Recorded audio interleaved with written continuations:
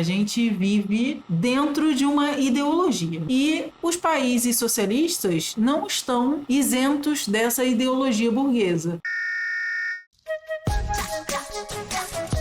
Olá, terráqueos! No vídeo de hoje, a gente vai reagir ao nosso queridíssimo futuro presidente do Brasil, Jones Manoel, que estava nada mais, nada menos do que no Vietnã. E ele vai contar pra gente as contradições do socialismo vietnamita. E por isso achei muito interessante trazer esse vídeo pra gente reagir junto. Mas antes eu queria pedir pra você deixar o quê? Aquele like, se inscreve no canal, ativa o sininho pra não perder nenhum vídeo novo. E claro, se você gosta do meu trabalho e pode contribuir financeiramente com a continuidade do canal, aqui na tela tem o Pix, também tem o Apoia-se Camarada Luna, ou você pode se tornar membro aqui do canal para ter acesso a conteúdos exclusivos da área de membros. E se você estiver precisando de uma nutricionista radical para te ajudar a ter uma saúde melhor, clica no link da bio que tem todas as informações para você marcar uma consulta comigo. Agora bora lá que eu tô curiosa para ver esse vídeo. Salve camaradas, tudo bem?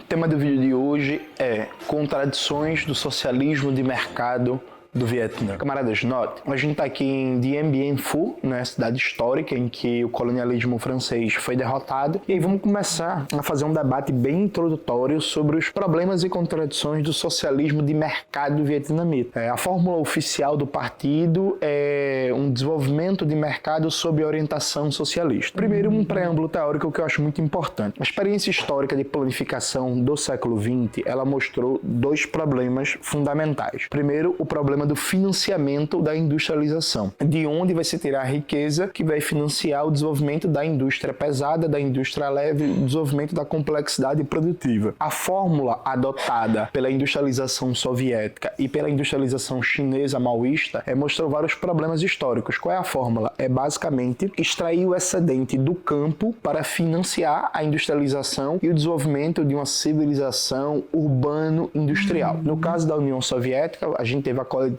do campo, que foi traumático sobre vários aspectos e marca toda a história da União Soviética. E no caso da China, você tinha uma política macroeconômica em que o preço dos produtos agrícolas se mantinha estável e relativamente baixo frente aos produtos industrializados, que tinham a tendência de ter um valor maior e um crescimento maior dos preços. Então você transferia valor objetivamente do campo para a cidade. Além disso, a disponibilidade de crédito, a prioridade de investimento do orçamento estatal ficava na indústria pesada e na infraestrutura das cidades, né? Então, objetivamente, se extraía o excedente econômico do campo para financiar a industrialização. Isso cria uma série de problemas para a manutenção e desenvolvimento da aliança operário-camponesa. Na União Soviética, isso gerou um tal grau de tensionamento que chegou a momentos na história que a União Soviética teve que importar cereais e sempre manteve um nível de produtividade no campo abaixo da produtividade na cidade, né?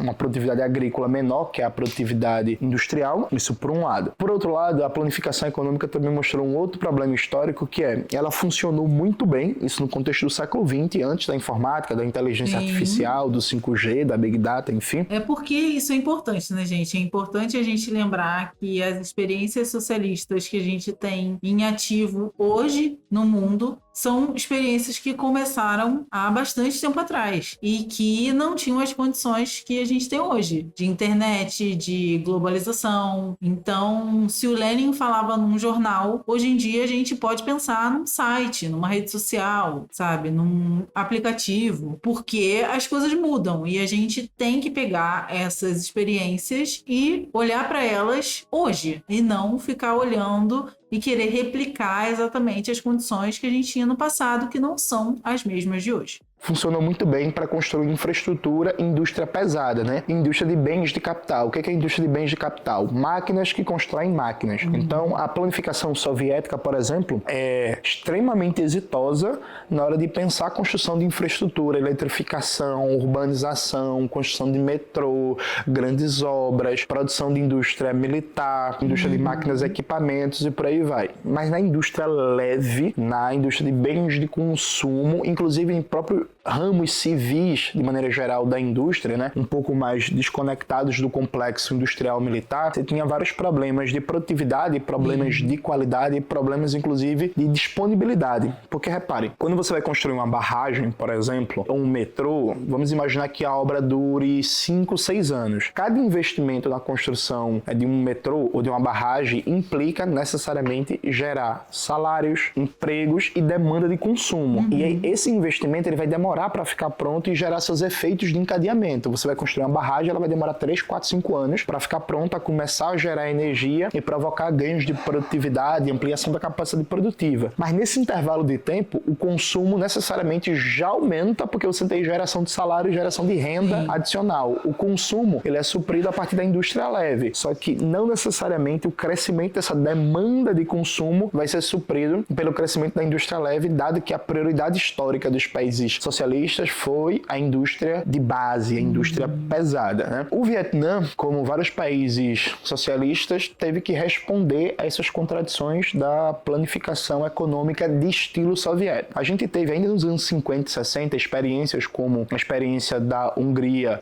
da Polônia, da Tchecoslováquia, que tentaram um modelo um pouco diferente, dando mais espaço, inclusive, para relações mercantis, para iniciativas fora de um comando estatal direto. A experiência da Iugoslávia, inclusive, é bem significativa, porque do final dos anos 50, metade dos anos 50 até metade dos anos 60, a economia da Iugoslávia foi a terceira de maior crescimento no mundo, e um dos motivos para isso foi uma mudança que deu mais liberdade, mais autonomia empresarial para as empresas da indústria leve, o que disparou a produtividade, o consumo, a expansão dessas indústrias, mas isso chegou a um limite. Combinado esses problemas históricos da planificação, você tem os próprios desafios do Vietnã, né? Um país destruído por décadas de guerra, com um problema de garantir uma real unificação nacional para além do formalismo político, né? Garantir uma conexão econômica, de infraestrutura entre Vietnã do Norte e Vietnã do Sul, que se mantiveram separados por vários anos.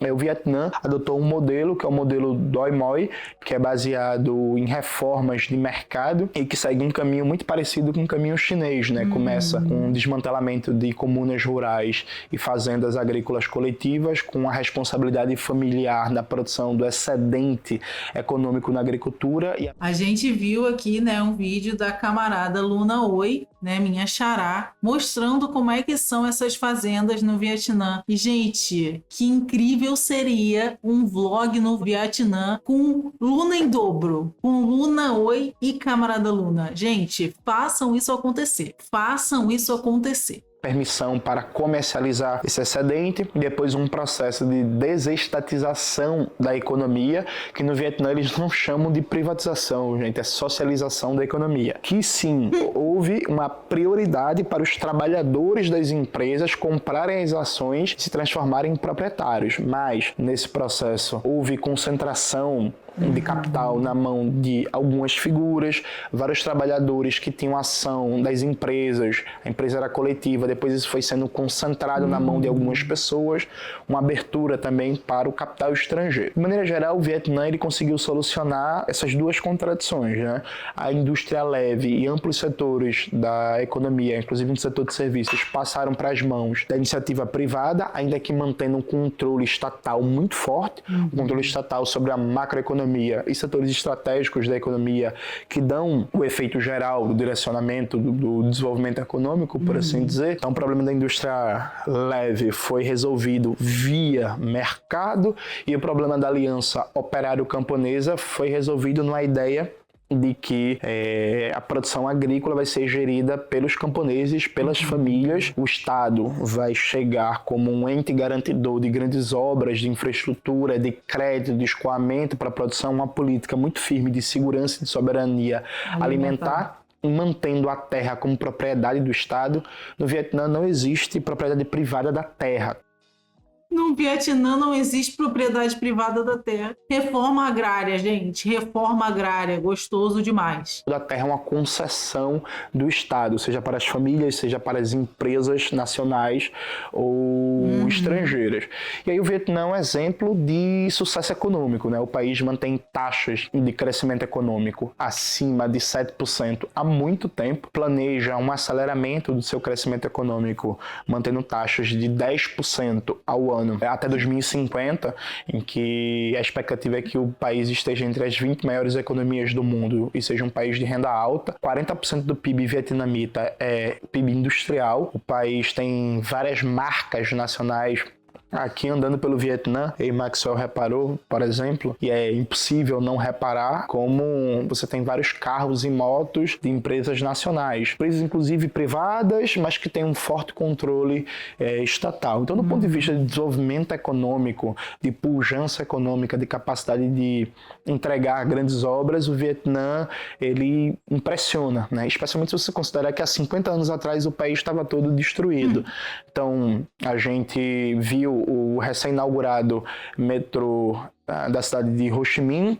No Vietnã, ano que vem, começa a construção de um trem-bala de mais de 1.500 quilômetros. A meta é até 2029 todo o transporte público ser eletrificado. Você tem grandes obras pipocando para todo lado, desenvolvimento de indústria 4.0, fábrica de carros elétricos, baterias de lítio, ímãs de lítio, microchips e tudo que você imaginar. Mas tem alguns elementos que são muito chamativos e preocupantes desde uma perspectiva socialista. Aí vamos destacar alguns deles, né? Primeiro, assim, a poluição. Hanoi, por exemplo, é uma cidade linda, maravilhosa, encantadora, mas é terrível, assim, terrível.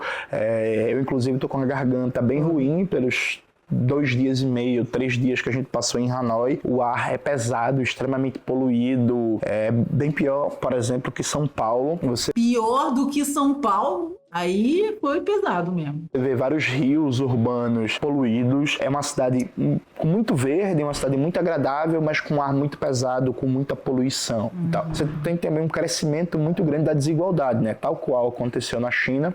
Você tem esse fenômeno também no Vietnã. É muito claro uma estratificação de renda, né, entre bairros e serviços mais para a classe trabalhadora, bairros e serviços para a classe média e bairros e serviços para a burguesia, né, para os novos ricos do Vietnã. O Vietnã tem hoje o que seria uma classe média, um setor de renda média da sociedade na casa de 20%, muito ávido para consumir, que em muitos aspectos, inclusive, se espelha nos Estados Unidos, na Coreia do Sul e na Europa como exemplo de economia, exemplo de sociedade, sabe? Há uma certa adoração desses setores por um estilo de vida mais ocidental, uma influência muito grande da Coreia do Sul, e aí o desenvolvimento de relações capitalistas de mercado vem associado a consumismo, a elitismo, a hedonismo, a uma ideia do que define o seu papel social, a sua importância enquanto ser humano. É o que você consome, é o quanto de renda que você tem, é o camarote que você consegue pagar, é o carro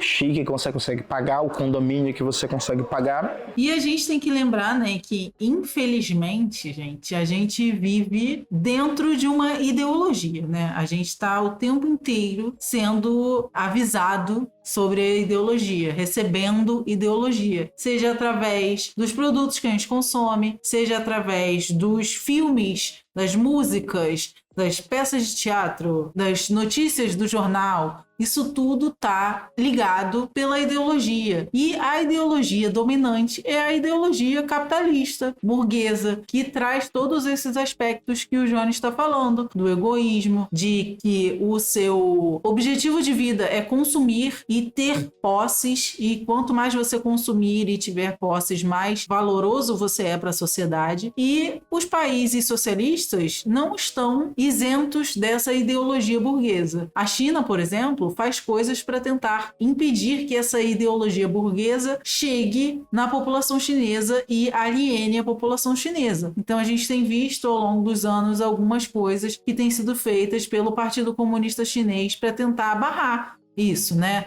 Então tem o próprio aplicativo que tem o Red Note, né? Que ele é utilizado, que é como um TikTok, que é só para os chineses, que eles não têm acesso a outras informações de outros países. Então, assim, são coisas que dá para impedir com que essa ideologia burguesa chegue, mas no geral é muito difícil impedir que ela chegue.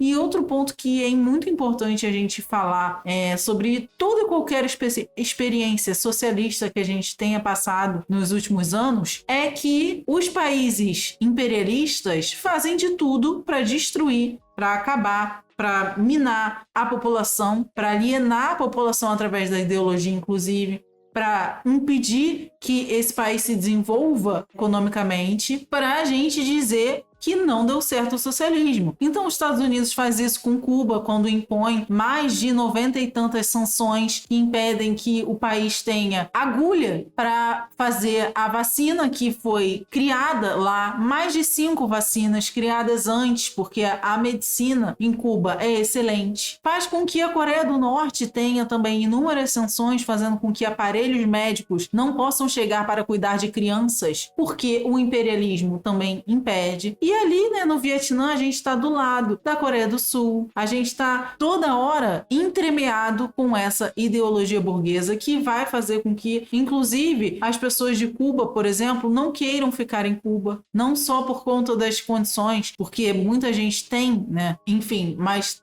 porque as sanções levam às condições terríveis que Cuba se torna hoje, está hoje, e que poderia ser muito melhor e que, apesar dos pesares, é muito melhor do que o Brasil em muitos sentidos. Inclusive, já acabou com o analfabetismo há muitos anos. Muitos anos. Então, a gente tem que sempre lembrar, quando a gente fala das experiências socialistas e o que é feito nelas, que são experiências que estão o tempo inteiro tentando ser boicotadas pelos países imperialistas. E que isso também deve ser levado em conta. Isso, assim, é muito visível no Vietnã. Então tem uma perspectiva que há um sentimento geral na população de que a vida está melhorando e vai melhorar cada vez mais. E é isso. Esse alto nível de crescimento econômico, de geração de empregos qualificados, de altos salários, de oportunidades, acaba produzindo necessariamente esse efeito de uma possibilidade geral de progredir economicamente, mas ao mesmo tempo você tem um altíssimo nível de desigualdade, elementos de um elitismo que já aparece. Isso é visível, por exemplo, no ensino superior, né? O Vietnã, a gente visitou a Universidade de Hanoi, a Universidade de Hanoi é pública, mas é paga. E nos últimos anos tem um crescimento do valor das mensalidades aqui no Vietnã, inclusive criando certos elementos de exclusão de acesso à oportunidade para setores da classe trabalhadora em cursos, por exemplo, ligados à área de tecnologia. Então, engenharia da computação, TI, ciências da computação e por aí vai, são cursos que são muito caros, o tempo de formação é maior. Então, embora existam políticas de bolsa, o governo vietnamita trabalha com a política de bolsa, a gente não está falando de cursos que são baratos para uma família trabalhadora. Né? O salário no Vietnã vem crescendo, há uma perspectiva de um salário mínimo crescendo cada vez mais. Vou colocar mais uma vez o gráfico na tela que a gente já colocou em outros vídeos que mostra o crescimento salarial, mas o salário vietnamita ainda é baixo. E se você considerar que, por exemplo, você pega uma universidade boa, a mensalidade pode chegar a $400 por semestre ou por quadrimestre. E aí isso é um valor significativo, considerando um salário de 4,5 milhões de dongs vietnamitas, que é o maior salário mínimo da província, da região mais rica do Vietnã, porque o salário mínimo no Vietnã é dividido, é regional, são 4 níveis de salário mínimo diferentes, né? Além disso, é perceptível também uma lógica de um trabalho muito intenso, né? A jornada de trabalho legal no Vietnã é 48 horas semanais. Teoricamente, pela lei, não pode se exceder as 48 horas semanais. Mas as pessoas aqui trabalham muito. Assim, é uma sensação que a todo momento estão trabalhando, uma tendência de uma escala 6x1, né, com um dia só de semana. É fácil achar relatos de horas extras que não foram pagas.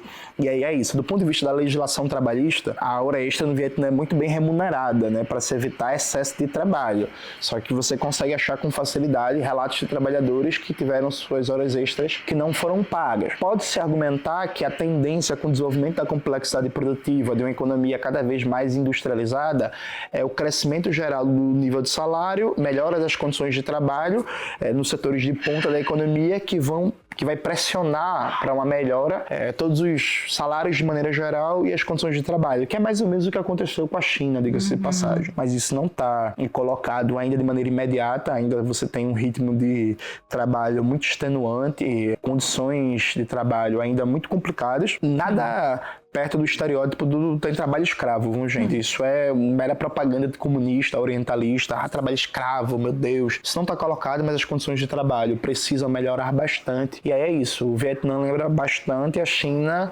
no final dos anos 90, começo dos anos 2000, quando o governo Hu Jintao, frente à explosão do número de greves, aos problemas de condições de trabalho nas zonas costeiras, começou a debater o conceito de sociedade harmoniosa, né, para melhorar um pouco as condições de trabalho e de salário dos trabalhadores. Um outro elemento que a gente percebe de maneira muito marcante aqui no Vietnã é que o socialismo não está na ordem do dia em termos de debate. Assim, há claramente uma lógica de que o partido cuida da política nacional e as pessoas estão cuidando da sua vida, estão estudando, estão trabalhando, estão fazendo sua poupança, estão preocupados em garantir sua casa própria, em garantir sua aposentadoria. E aí, claro, o partido tem 5 milhões de filiados, o partido ele controla a política no país, a Frente da Pátria reúne entidades como a Federação Sindical, Federação das Mulheres, Juventude de Ho Chi Minh, por aí vai.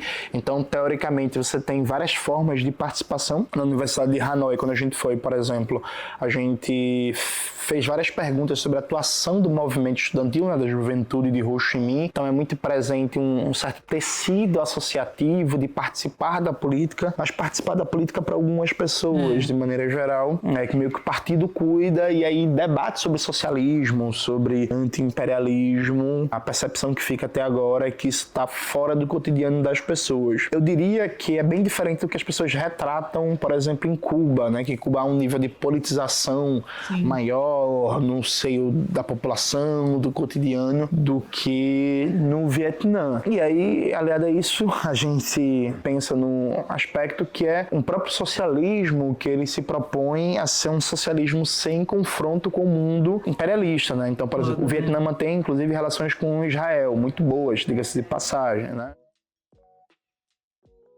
Complicado, né? Não se trata de uma política anti-imperialista, por exemplo. Ao mesmo tempo, para a gente não está muito claro, e esse é um elemento que a gente está estudando, o impacto da propaganda comunista no dia a dia das pessoas. Porque assim, no Vietnã, cartazes, outdoors, símbolos, imagens do Partido Comunista, dos grandes nomes do partido, do socialismo, são onipresentes. Na Universidade de Hanoi você tem matérias que são parte do ciclo básico sobre marxismo, sobre a ideologia de Ho Chi Minh, por aí vai. E a gente viu também, né, nos stories do Jones, todo mundo aí lá da Estrela Vermelha, tem foi-se o martelo à torta e direito no Vietnã, tem foto do Ho Chi Minh à torta e direito no Vietnã, tem estátua. Então, não é falta de representatividade. Mas, pensando no que o Jones está falando, da questão das universidades, da questão da desigualdade social, a gente pode imaginar que a educação no Vietnã não está chegando para todo mundo. Então, assim, quem tem acesso a essa educação política, quem está conseguindo ter acesso a esse debate marxista, então, se não chega